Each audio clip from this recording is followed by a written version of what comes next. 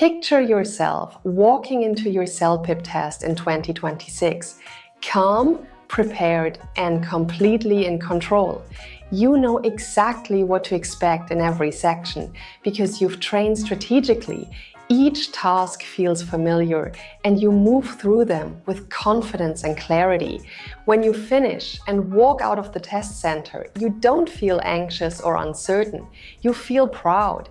You know you performed at your absolute best. And that confidence didn't come from luck or last-minute cramming. It came from following a clear, proven system that guided you step by step through every part of the test. You know you have achieved the score you need and your Canadian immigration journey can finally move forward. This is the approach candidates use inside our CELPIP packages. When they focus on strategic preparation rather than simply studying harder, their scores can transform dramatically. In this video, I'll guide you through all 4 CELPIP sections and share vital tips for each one.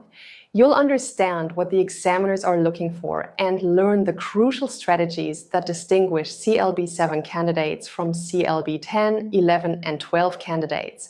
By the end, you'll understand exactly how to tackle your CELPIP preparation in 2026. If you're ready to study smarter, not harder, keep watching. First, let's talk about the CELPIP speaking section. Many students worry about this part because you must complete 8 different speaking tasks in 15 to 20 minutes. However, once you understand the structure and scoring system, CELPIP speaking becomes much more manageable. The test has 8 tasks. They include, for example, giving advice to someone, talking about a personal experience, and describing a scene from a picture. Now, what does the CELPIP speaking examiner actually look for? They assess you on 4 criteria, and each one counts equally towards your final score. The first is content and coherence. Here, the examiner checks whether your ideas are relevant, complete, and logically organized. The second is vocabulary, which is your word choice range and accuracy. Next comes listenability. This criterion measures how easy you are to understand, including pronunciation, pacing, and intonation. Finally, task fulfillment assesses whether you've addressed all parts of the task appropriately and maintained the correct tone. Here's an essential tip for speaking. Always give complete, developed answers with specific details. For instance, if you need to give advice to someone who's moving to a new city, don't just say, "You should make new friends." Instead, extend your answer by explaining how. Here's an example. The first thing I'd recommend is joining local community groups or clubs that match your interests.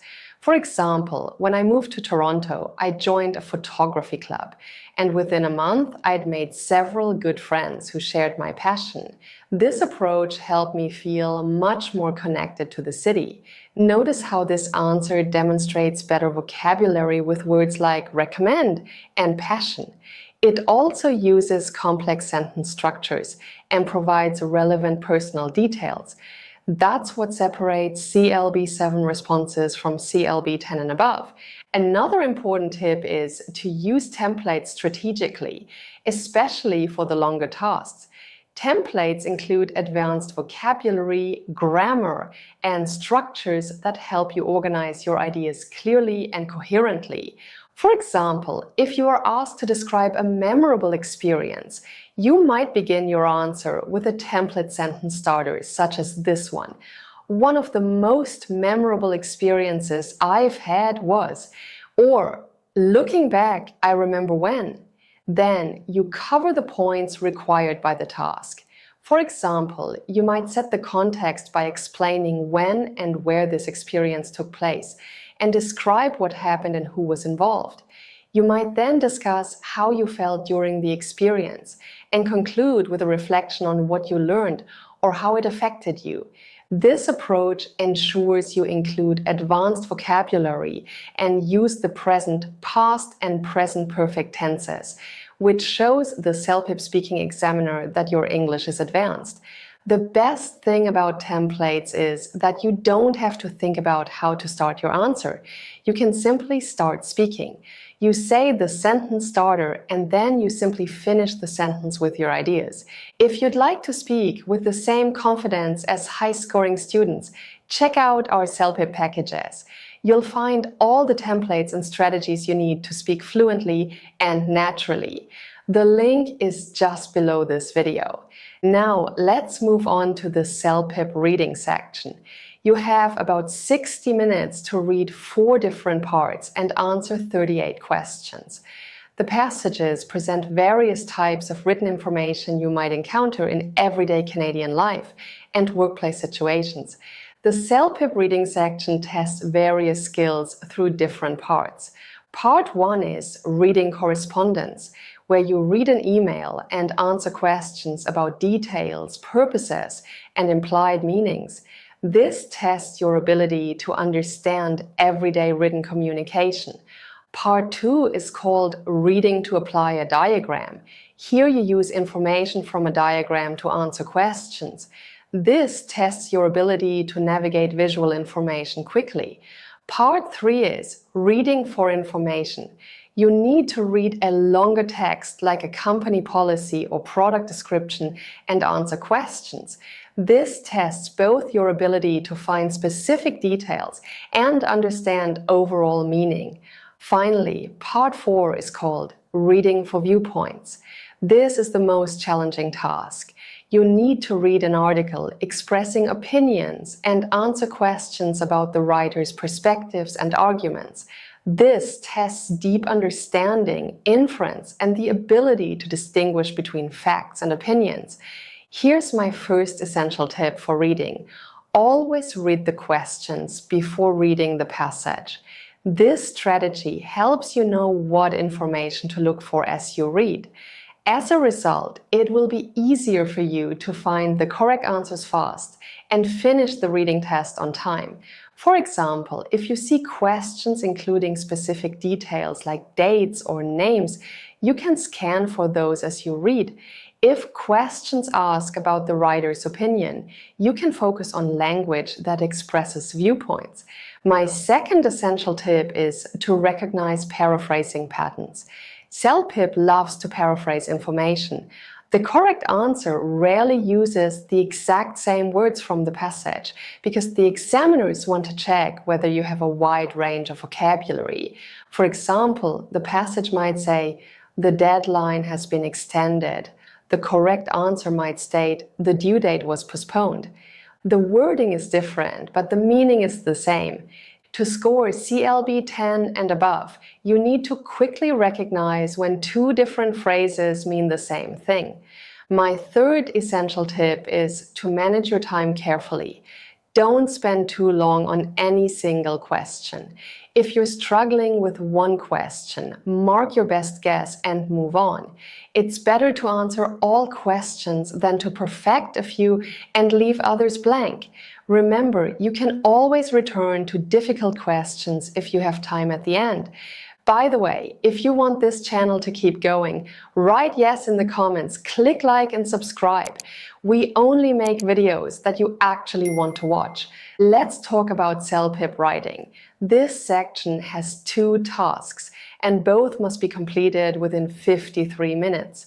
Many candidates find writing challenging because it requires strong organization, advanced vocabulary, and grammatical accuracy all at once. Writing task 1 comes first. You have 27 minutes to write an email of 150 to 200 words in response to a situation. The email might be formal, such as writing to your manager, or informal, such as writing to a friend. You must use an appropriate tone and address all the points mentioned in the task. Writing task 2 is a survey response where you need to respond to a survey question by choosing one option and explaining your preference. You have 26 minutes to write between 150 and 200 words. This task requires you to state your choice clearly, provide reasons with supporting details, and organize your response coherently. The CELPIP examiners assess your writing using 4 criteria. The first criterion is content and coherence. It measures how completely you address the task and how logically you organize your ideas. Next comes vocabulary. Here, the CELPIP examiner evaluates your word choice range and accuracy. Another criterion is readability. It assesses your sentence structure variety and how easy your writing is to follow. Finally, task fulfillment looks at whether you've written the appropriate length, used the correct tone, and addressed all parts of the question. Here's my first essential tip for writing. Plan your response before you start writing. Spend 2 to 3 minutes planning each task. During this time, identify your main points. Think about relevant vocabulary and decide on your paragraph structure. This planning prevents you from writing an unorganized response and helps you stay focused on answering the question properly. My second essential tip is to use writing templates for both tasks. Successful candidates use templates that provide advanced sentence starters and a clear framework for organizing their ideas. For example, when writing a formal email to your manager, you can begin with sentence starters like "I'm writing to" or "I would like to bring to your attention." When writing an informal email to a friend, you might start with "Thanks for reaching out about this. I'm so glad you did." These templates help you demonstrate advanced language while maintaining the appropriate tone. For task 2, templates are equally valuable. When stating your preference, you can begin with "having weighed both options, I firmly support," or "after careful consideration, I believe that." These sentence starters give you a clear structure and help you demonstrate advanced vocabulary and grammar naturally. If you want to write confidently like high-scoring students, check out our CELPIP packages.